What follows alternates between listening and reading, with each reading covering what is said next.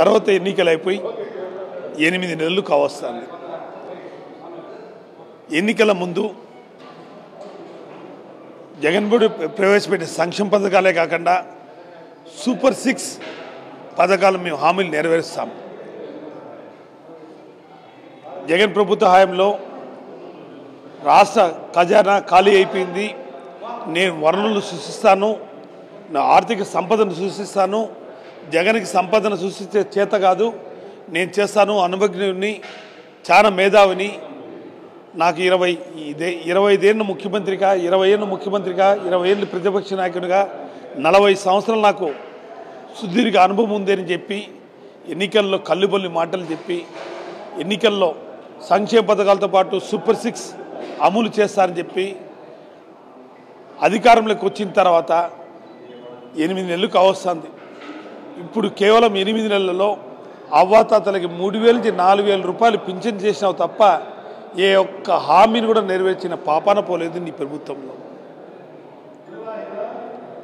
మందుబాబుల్ని ఇంకా మందు తాగుని చెప్పేసి వీధికి గల్లీకి ఒక బెల్ షాపులు పెట్టి ఖజానాను పెంచుకునే కార్యక్రమం చేస్తున్న తప్ప ప్రజల ఆరోగ్య పరిస్థితుల గురించి కానీ ఎంతమంది చనిపోతున్నారో చూసి చేసిన పాపాన పోలేదు నువ్వు. ఈరోజు సూపర్ 6 అమలు చేయకపోతే లోకేష్ బాబు, పప్పు బాబు, నా తండ్రిని నన్ను సొక్కా పట్టుకొని అడగండి, మేము అమలు చేస్తాం, మేము మాట తప్పం.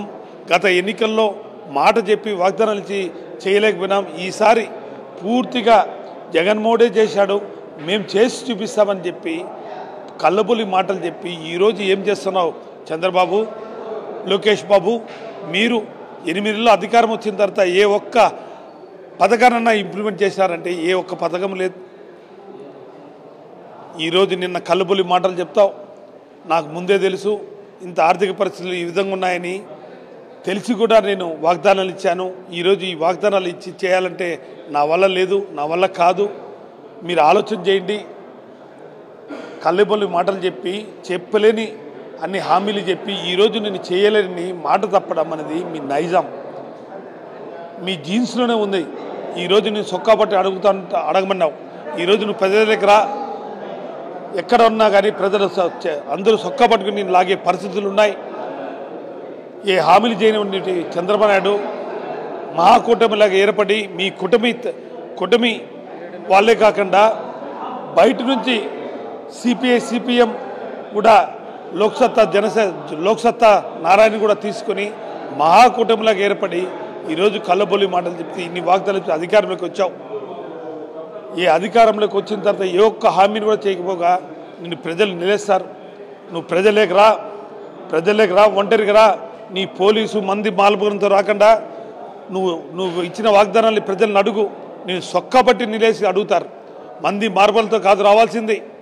ప్రజలకు వచ్చే అమ్మాన్ని మేము 8 నెలల్లో ఈ వాగ్దానాలు చేశాం, అన్నీ మీకు చేరుతున్నాయా లేదని అడుగు. అప్పుడు తెలుస్తుంది మీరు చేసే కలబొల్లి మాటలు. ఇప్పుడు నా తస్మాత్ జాగ్రత్త.